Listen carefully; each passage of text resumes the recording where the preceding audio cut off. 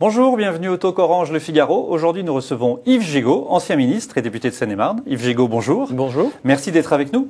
L'ancien Premier ministre Dominique de Villepin était sur TF1 hier soir. Il a annoncé sa candidature à la présidentielle. Je vous propose d'écouter sa déclaration.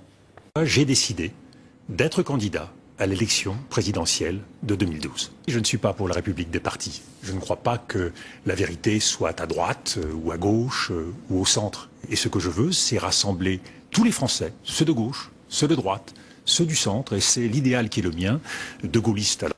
Vous avez été surpris par l'annonce de candidature de Dominique de Villepin? Non, pas vraiment, mais quand on fait 1% dans les sondages, même si ce ne sont que des sondages, à quand même 4 mois de l'élection, vouloir rassembler à partir d'1%, c'est un peu audacieux. Moi, je trouve que c'est un grand talent mis au service d'une impasse, parce que on voit bien que c'est une impasse politique et qu'on aurait plutôt besoin de serrer les rangs, comme l'a fait Jean-Louis Borloo, en retirant par exemple sa candidature autour de celui qui est notre candidat naturel. Parce qu'il y a un risque de 21 avril à l'envers? Parce qu'il y a des risques dans tous les sens. Il y a un risque d'effondrement du système économique, il y a un risque de 21 avril, qu'il y a un risque de démagogie qui est celle de la gauche, et que dans ces cas-là, quand l'essentiel est en jeu, je crois que c'est l'intérêt général qui doit primer. Je le regrette, parce que Dominique de Villepin a une voix qui peut porter dans cette majorité, et la mettre au service de ce qui peut apparaître comme une aventure personnelle, sans vraiment qu'il nous démontre en quoi il est différent du chef de l'État, est un petit peu un gâchis. Vous pensez qu'il ira jusqu'au bout? On évoque la difficulté pour lui d'avoir les 500 signatures. Pourquoi partir si c'est pour pas vouloir aller au bout? Enfin, tout ça n'est pas très lisible et donne le sentiment à nos compatriotes que l'intérêt personnel ou l'intérêt de carrière prime sur l'intérêt général. Je crois que de temps en temps, il faut essayer de faire en sorte que ce soit l'intérêt général qui soit sur le devant et pas simplement une ambition propre. Un nouveau traité européen doit être négocié par les gouvernements européens d'ici le mois de mars. Est-ce que vous demandez que ce nouveau traité soit ratifié par référendum? Je demande qu'il soit ratifié par les voies les plus rapides pour permettre que ce traité s'applique et qu'il évite la catastrophe économique qui nous guette si on ne sait pas réformer l'Europe. C'est ça la réalité de ce qu'il faut demander. Donc demande laisser aussi le Congrès, le Parlement ratifier. Je demande à ce que ce soit effectivement le plus rapide et je pense que le Parlement est parfaitement légitime. Je demande aussi au chef de l'opposition, à celui qui va être candidat du Parti Socialiste, des Verts et de la gauche, de ne pas par avance dire qu'il n'acceptera pas un traité qui serait approuvé par une voie démocratique. Je crois que respecter la parole de la France, c'est quelque chose d'important et que François Hollande aurait intérêt, là aussi, de jouer collectif et pas jouer partisan dans cette affaire. Alors, vous avez demandé, je voulais justement vous faire écouter François Hollande qui était ce matin sur RTL. On écoute sa réaction. Cet accord n'est pas la bonne réponse. Si je suis élu président de la République, je renégocierai cet accord pour y mettre ce qui lui manque aujourd'hui, de l'efficacité sur les marchés, et deuxièmement, je ferai en sorte qu'on y ajoute ce qui manque, c'est-à-dire l'intervention de la Banque centrale européenne, les eurobonds et un fonds de secours financier. C'est dangereux de dire, comme il le fait, de renégocier les traités. Ça peut fragiliser l'accord. C'est à la fois une outrance verbale parce que ça veut dire qu'il veut imposer aux autres. Et quand on voit la capacité qu'il a imposée, ne serait-ce qu'à Madame Duflot, des négociations, on se demande bien comment il pourra imposer des choses à Madame Merkel.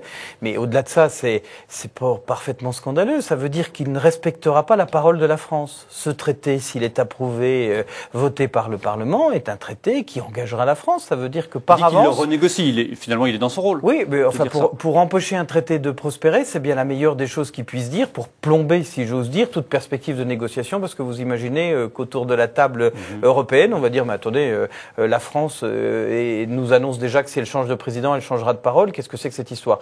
Il faut... Ça risque de bloquer le processus, c'est ce que vous dites. Ça risque de bloquer complètement le processus et de nuire à nos intérêts. Qu'il ait au fond de lui l'idée de le renégocier, pourquoi pas, mais qu'il le dise aujourd'hui, c'est un mauvais coup qu'il fait au pays.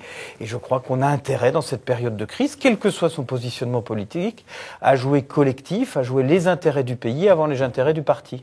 François Bayrou se lance pour la 3e fois à la présidentielle avec comme slogan « Achetez français », un slogan que vous avez vous-même porté depuis plusieurs mois. Alors qu'est-ce que vous allez faire? Vous le poursuivez pour plagiat ou vous dites « Bonne nouvelle, il m'a rejoint » Oui, ce serait plutôt la deuxième solution. Moi, je me réjouis qu'on se batte pour le Made in France.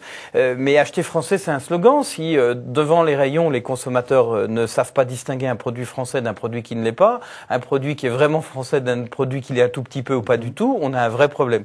Donc moi, je me suis employé, suite au rapport que m'a confié le président de la République, à mettre en œuvre un label qui va prospérer, qui s'appelle Origine France Garantie, et qui, dans les mois qui viennent, va permettre aux consommateurs de reconnaître un produit français d'un produit qui ne l'est pas. Dans les mois qui viennent, c'est-à-dire c'est dans combien de temps? Dans le courant de l'année 2012, on termine la phase de test. On a une cinquantaine d'entreprises qui ont joué le jeu pour tester grandeur nature un label. Ça sera pas prêt avant la présidentielle. Au fond, c'est ça la question. Enfin, c'est pas un objet présidentiel, c'est un objet d'intérêt général. On voit que le débat sera dans la présidentielle. Oui, mais c'est un bon débat. Il s'agit pas de sombrer dans le protectionnisme. Il faut que la France reste un pays ouvert. Il s'agit pas d'empêcher les entreprises d'avoir des modes de production différents. Il s'agit de dire le consommateur est le premier acteur de l'économie. En lui donnant les armes du choix, en lui donnant l'indication d'origine du produit qu'il achète, on lui permet d'arbitrer en toute liberté. Moi, je ne veux pas forcer les gens à acheter français. Je veux que celui qui a envie d'acheter français, il sache quel est le produit d'origine nationale. Justement, vous disiez comment reconnaître un produit français d'un autre. Il y a un exemple assez rapide qui peut être fait, qui a déjà été fait à la télévision.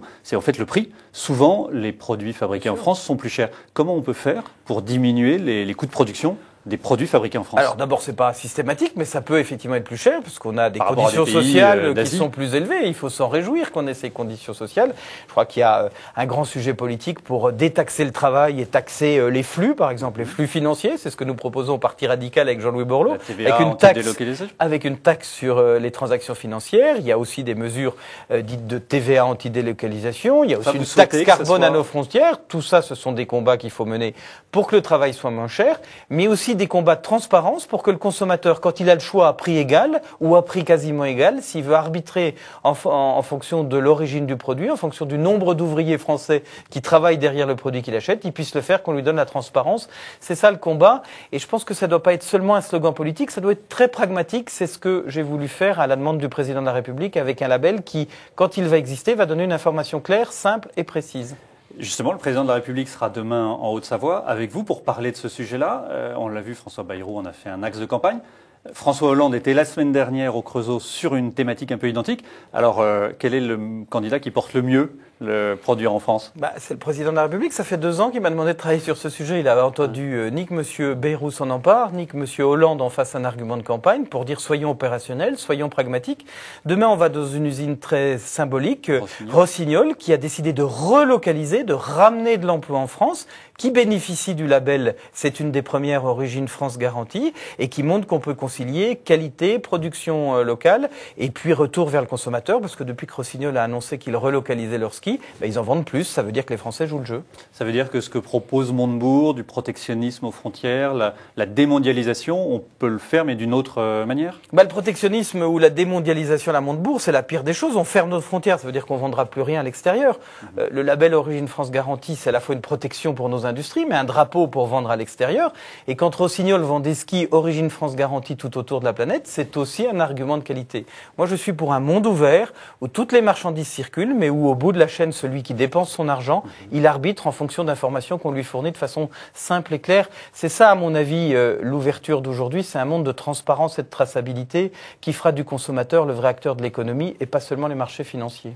Votre ancienne collègue du gouvernement, Rachida Dati, signe une tribune dans Le Monde de cet après-midi dans laquelle elle règle quelques comptes avec François Fillon, notamment sa manière de faire la politique, je cite, une manière qui n'a jamais favorisé la promotion des femmes et qui empêche l'émergence de la diversité, qui est le refus du contact avec la France populaire pour ne privilégier que les élites d'appareil.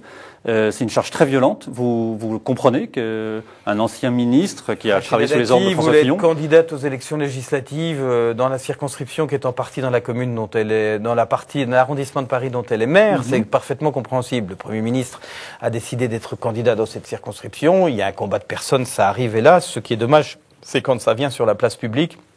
Je crois que par les temps qui courent, les Français, ils attendent des débats sur les solutions, sur les réponses à leurs questions, et pas tant sur la course qui existe depuis toujours et dans tous les partis politiques, mais qui ferait mieux d'être un peu plus discrète en période de crise. Yves Gégaud, merci d'avoir répondu à nos questions. À demain pour un prochain talk.